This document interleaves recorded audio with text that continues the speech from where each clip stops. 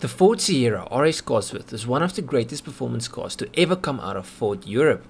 It was built to compete in Group A racing, and it won 60 British touring car races, and it was the touring car champion for 4 years. In other words, it was super successful. But today's focus isn't the Sierra. I want to make a full video on the RS Cosworth at a later date, but today I want to take a look at the YB Cosworth engine, the beating heart under the hood of one of the legends of motorsport. The Ford Cosworth YB engine is one of the most tunable motors that Ford has ever produced.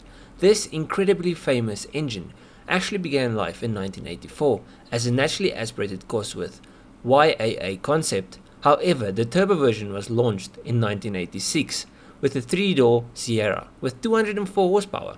Now the RS500 we just talked about came with a 225 horsepower version of the YB engine with a larger, bigger T4 turbo and 8 injectors, 4 of which wasn't activated on the road going version. The block had thicker cylinder walls, the intercooler was upgraded as well as the fuel pump. They also reworked the induction system to allow for better airflow. So in its stock form it made a decent amount of power, but there was a lot of unmet potential.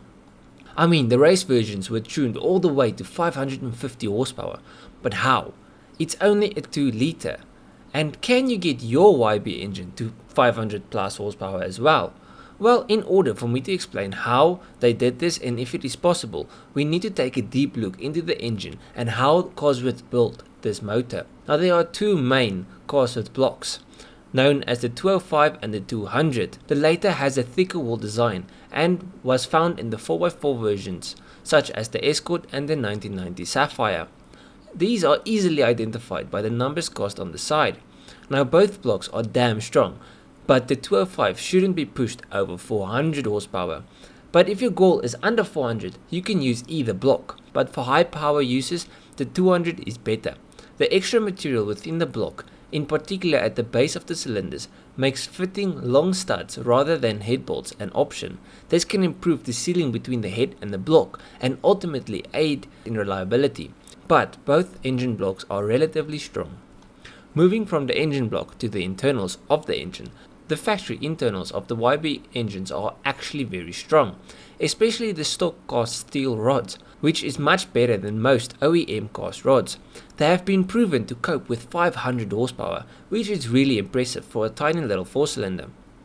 But tuners do however change the length of the rods from 128mm to 136mm. Why?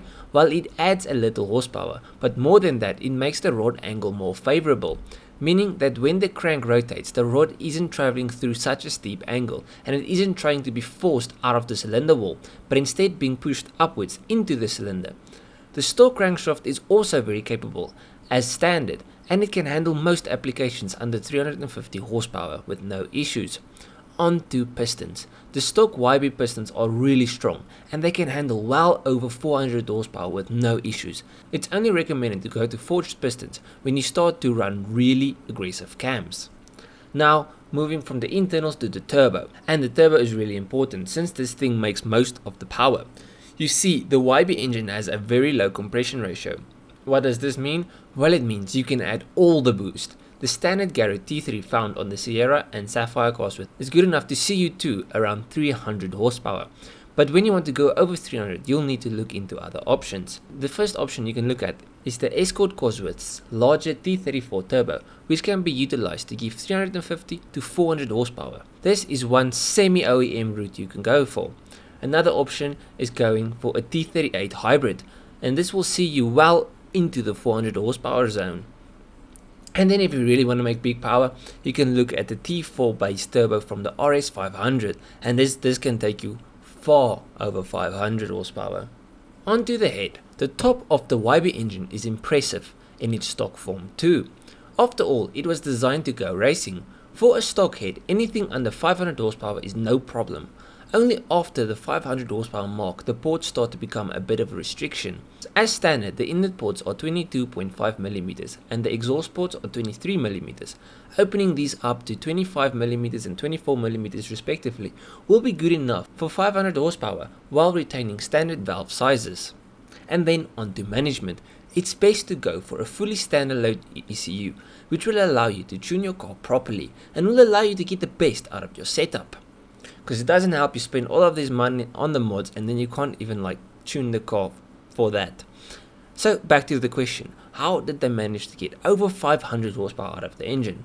Well, it's quite simple. The engine is really well engineered and you can see that the engine was made with racing in mind. So let me know what you think about this engine. Do you like it? And what other really strong engines came out of Europe? Let me know down below. Because most of the engines I really know, yeah, most of them are Japanese. I know the N54 out of Europe is strong, the B58, mostly BMW engines I know very well. But like this Ford engine, I did a lot of research on, and it's really cool. So if you know of any other really cool engines like this one, let me know down below and I'll go check it out. If you like this video, please leave a like and subscribe. I'll check you guys in the next one. Cheers,